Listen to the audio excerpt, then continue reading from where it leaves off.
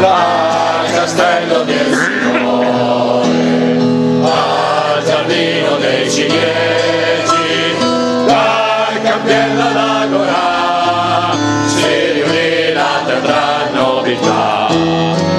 Amleto disse scuro in viso, c'è nuovo gioco all'improvviso, che il testo scritto